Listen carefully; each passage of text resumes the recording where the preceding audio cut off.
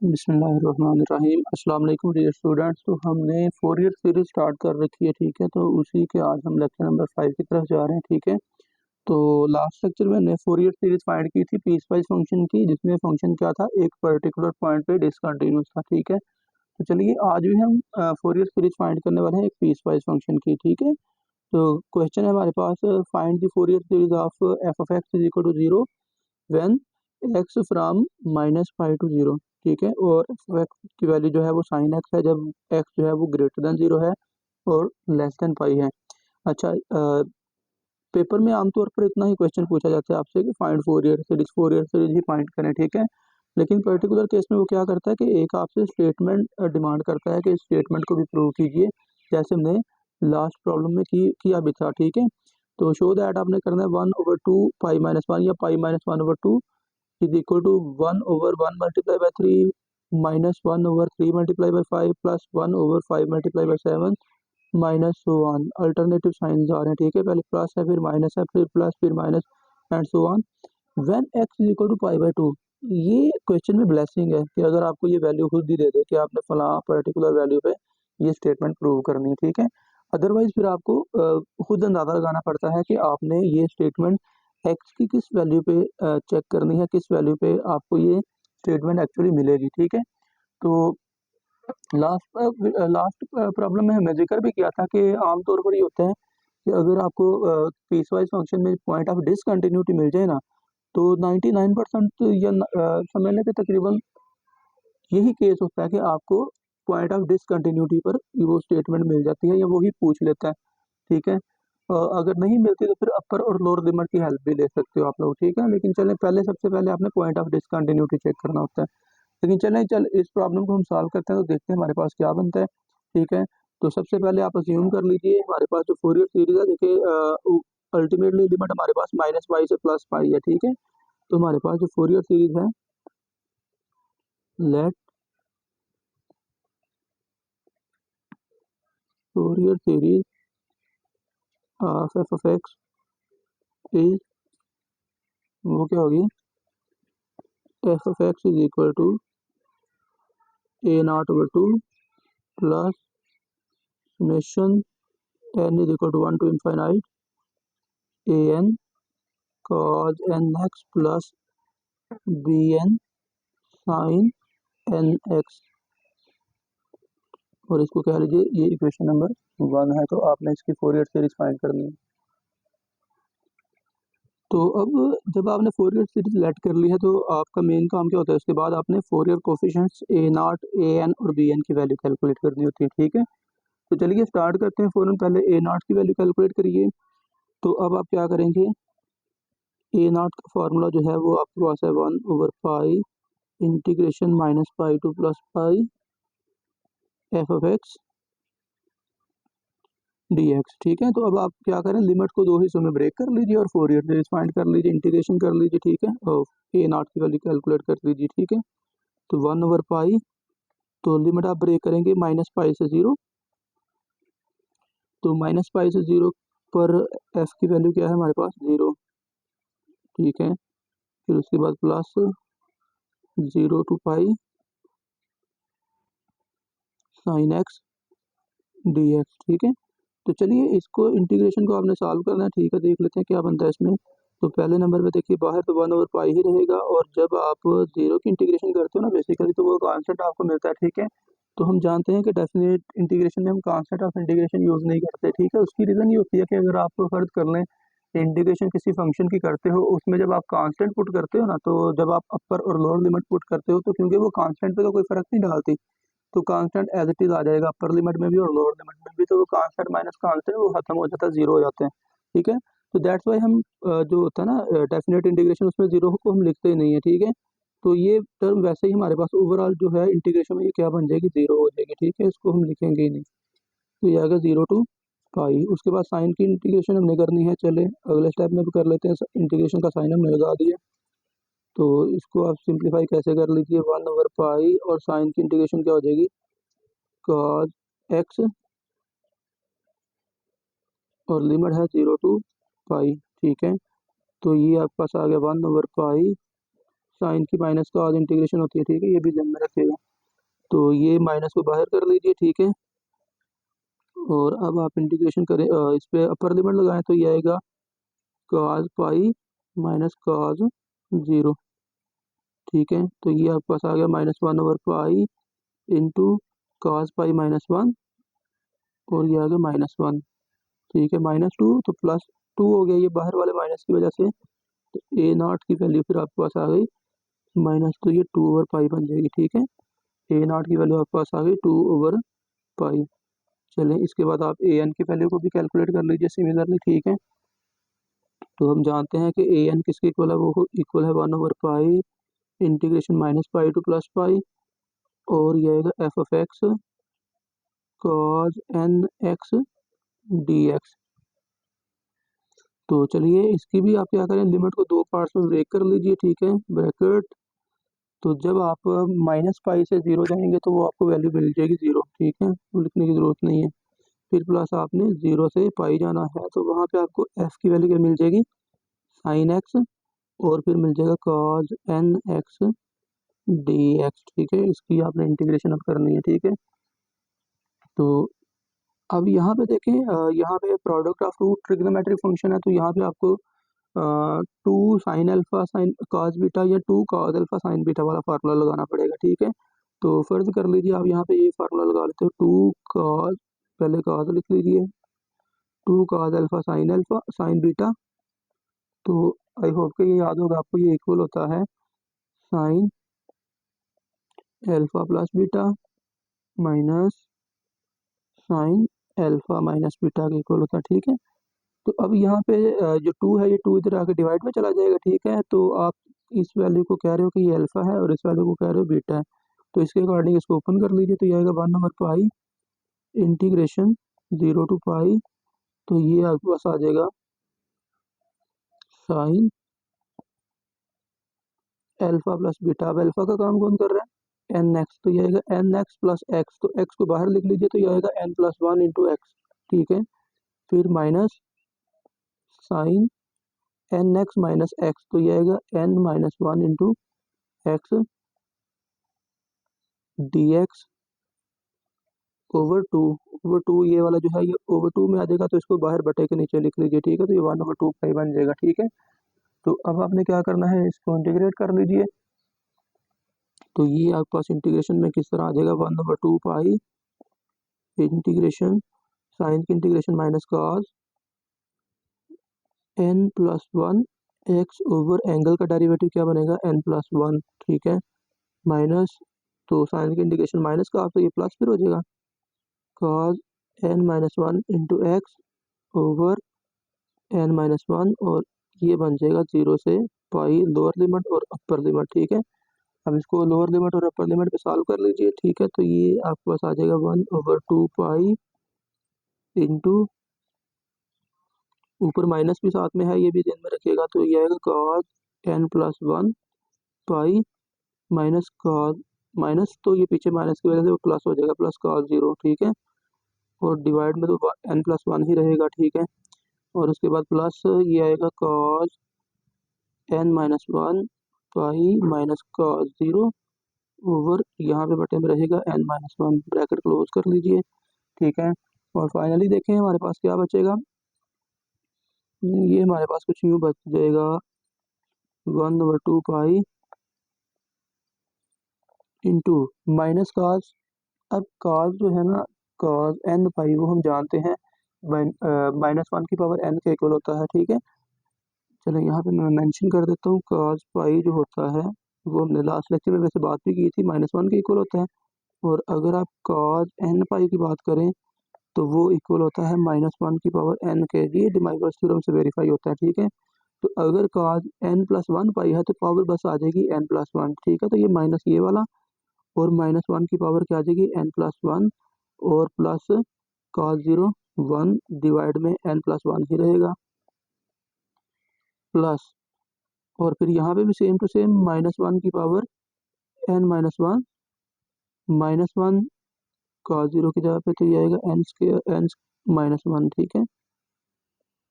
तो आपके पास ये किसकी वैल्यू चल रही है, लेफ्ट साइड पे हमारे पास है यहाँ पे ए एन, ठीक है, ए एन की वैल्यू चल रही है, माइंड में रखिएगा। चलो ठीक है जी। अब हम क्या करेंगे, इसको देखें, अगर कोई सिंप्लीफिकेशन पॉसिबल है तो फिलहाल आप इसको एज इट इज़ भी रहने दे सकते हैं, ठीक है। तो आप क्या करिए, ज़रा देखिए, आप ये वैल्यू बस ना प्लस वाली पहले लिख लें, 1 minus, this implies that a n is equal to 1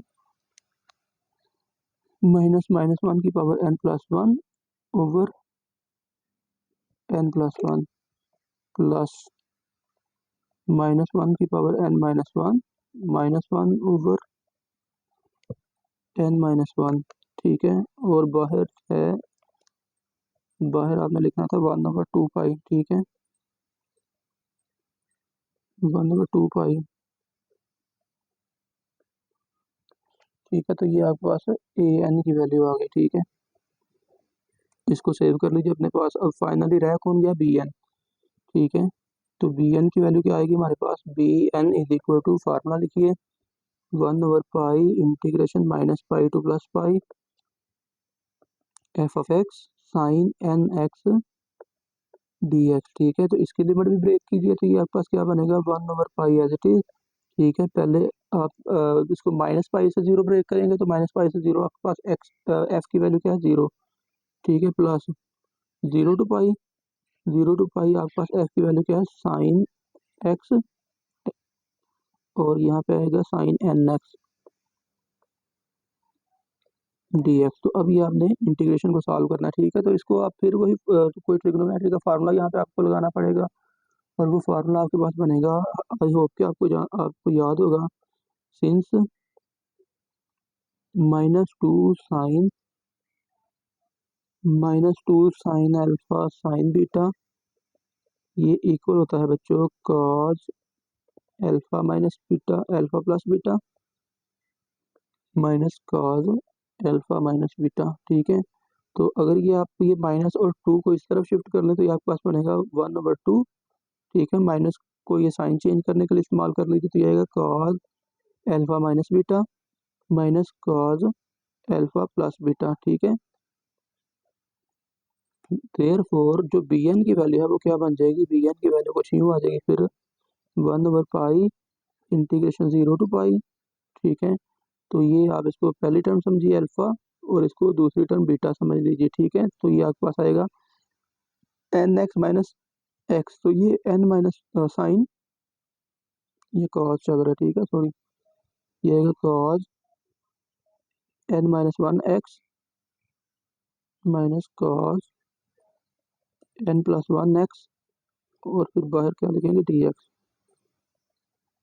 चलिए ये इंटीग्रेशन करेंगे, तो 1 ओवर पाई ब्रैकेट कॉस की इंटीग्रेशन क्या होगी, sine n minus 1 x over angle का derivative n minus 1 minus cos की इंटीग्रेशन यहाँ पे भी sine n plus 1 x over n plus 1 angle का डेरिवेटिव, ठीक है। और लिमिट है हमारे पास 0 से पाई, ठीक है। अब जब आप लिमिट को सिंप्लीफाई करेंगे तो देखिए क्या बनेगा, क्योंकि अपर लिमिट क्या है, पाई, तो जब आप एक्स की जगह पे पाई पुट करेंगे तो ये बन जाएगा साइन एन माइनस 1 पाई। तो क्योंकि साइन एन पाई तो 0 होता है, ठीक है, साइन एन पाई 0 होता है, तो साइन एन माइनस 1 पाई भी 0 होगा, ठीक है, क्योंकि एन माइनस 1 बेसिकली किसका काम कर रहा है, एक इंटीजर का, कोई ना कोई इंटीजर ही होगा, ठीक है। तो साइन एन माइनस 1 पाई भी क्या होगा, 0 होगा। और लोअर लिमिट तो है ही 0, तो साइन 0 वो तो 0 ही होता है, ठीक है। तो अपर लिमिट पे भी ये टर्म 0, लोअर लिमिट पे भी ये टर्म 0, सेम केस यहाँ पे भी होगा, ये भी बेटा अपर लिमिट पे भी और लोअर लिमिट पे दोनों पे इसकी वैल्यूज क्या आ जाएंगी, 0 आ जाएंगी, ठीक है। तो दैट मीन्स के बी एन जो है वो हमारे पास 0 के इक्वल आ गया, और इसने हमारा काफ़ी काम आसान कर दिया है जब हम फोरियर सीरीज को सिंप्लीफाई करने वाले हैं, ठीक है। तो चलिए हमारे पास A0 ए एन और बी एन सारी वैल्यूज आ चुकी हैं। अब आपने क्या करना है, इन वैल्यूज को इक्वेशन 1 जो कि फोरियर सीरीज हमने अज्यूम की है उसमें पुट करना, ठीक है।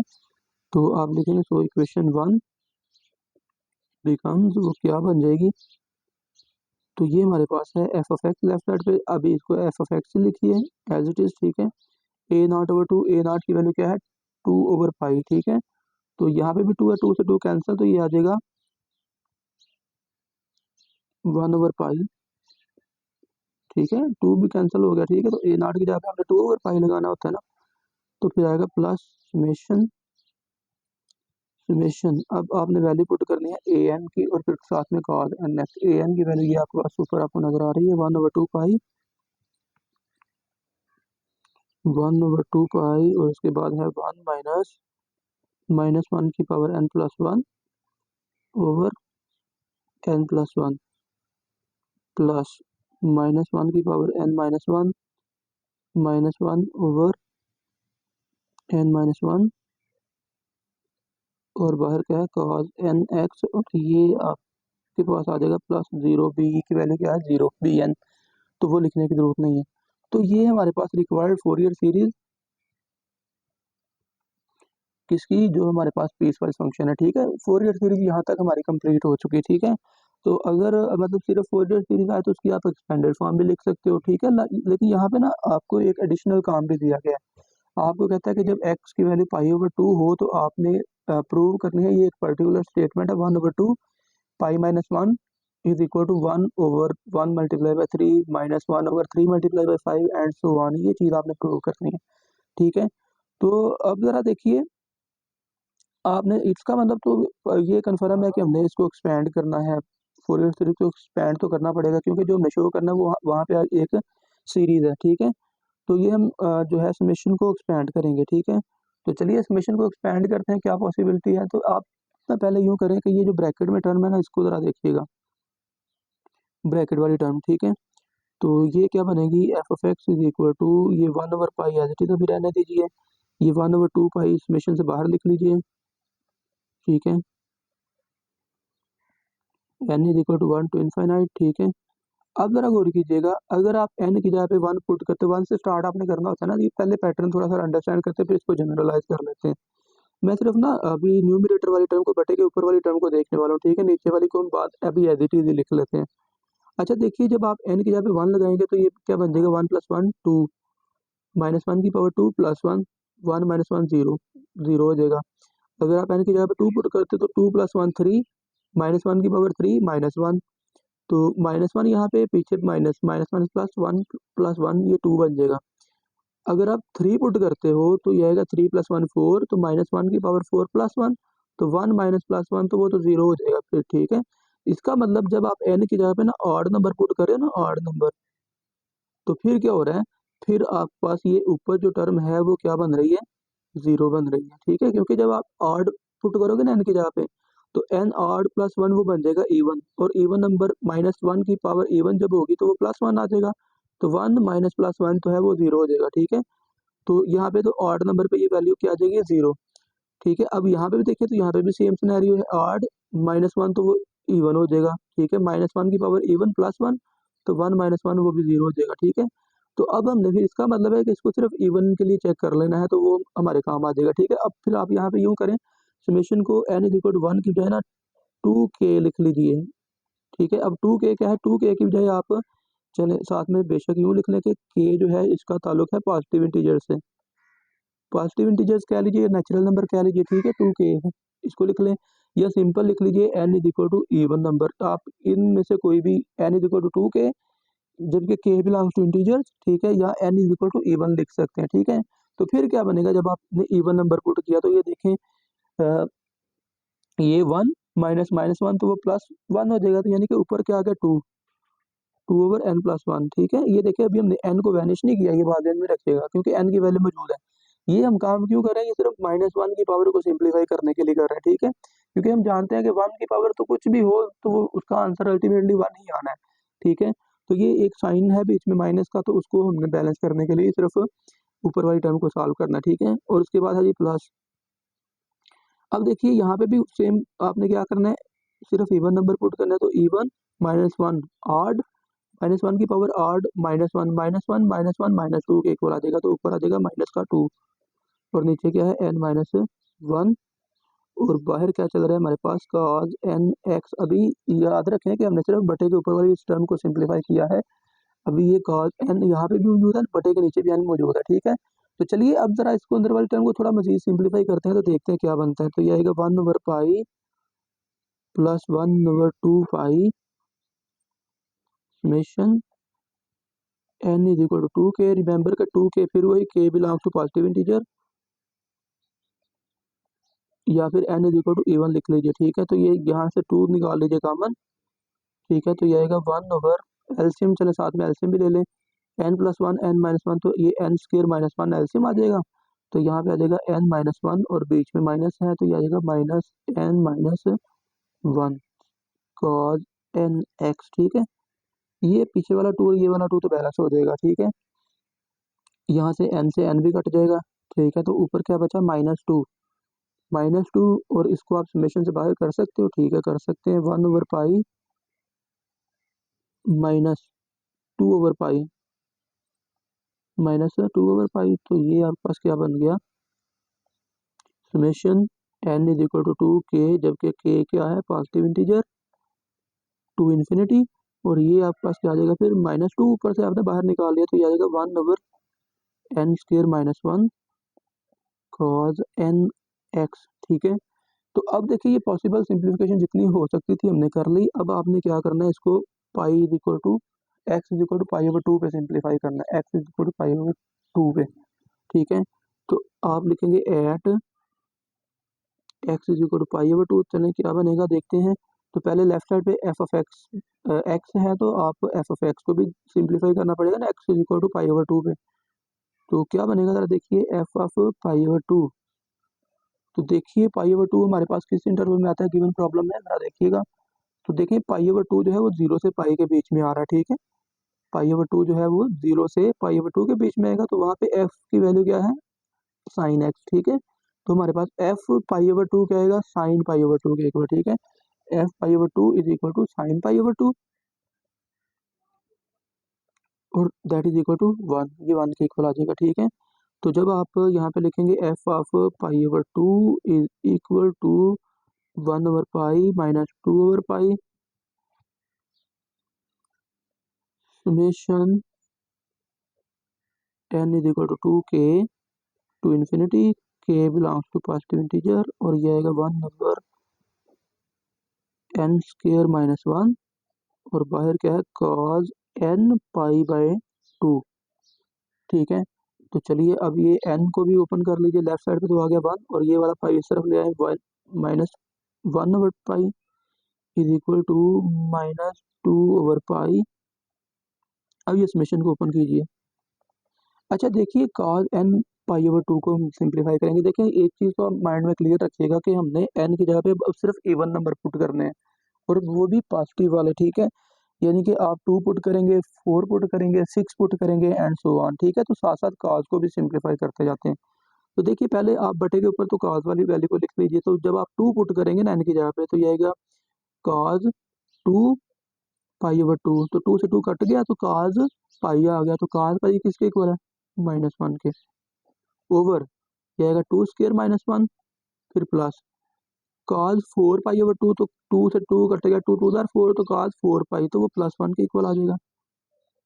और नीचे क्या आ जाएगा, 4 स्क्र माइनस वन, सिमिलरली अब माइनस आ जाएगा, ठीक है, क्योंकि जब आप 6 पुट करेंगे तो 2 3 जार 6, 3 पाई आ जाएगा ऊपर, ठीक है। तो वो -1 के इक्वल आ जाएगा, ठीक है। तो -1 ओवर ये आएगा 5 square, sorry 6 square minus one, plus minus, फिर आगे प्लस, एंड सो ऑन करके आप छोड़ देंगे इसको, ठीक है।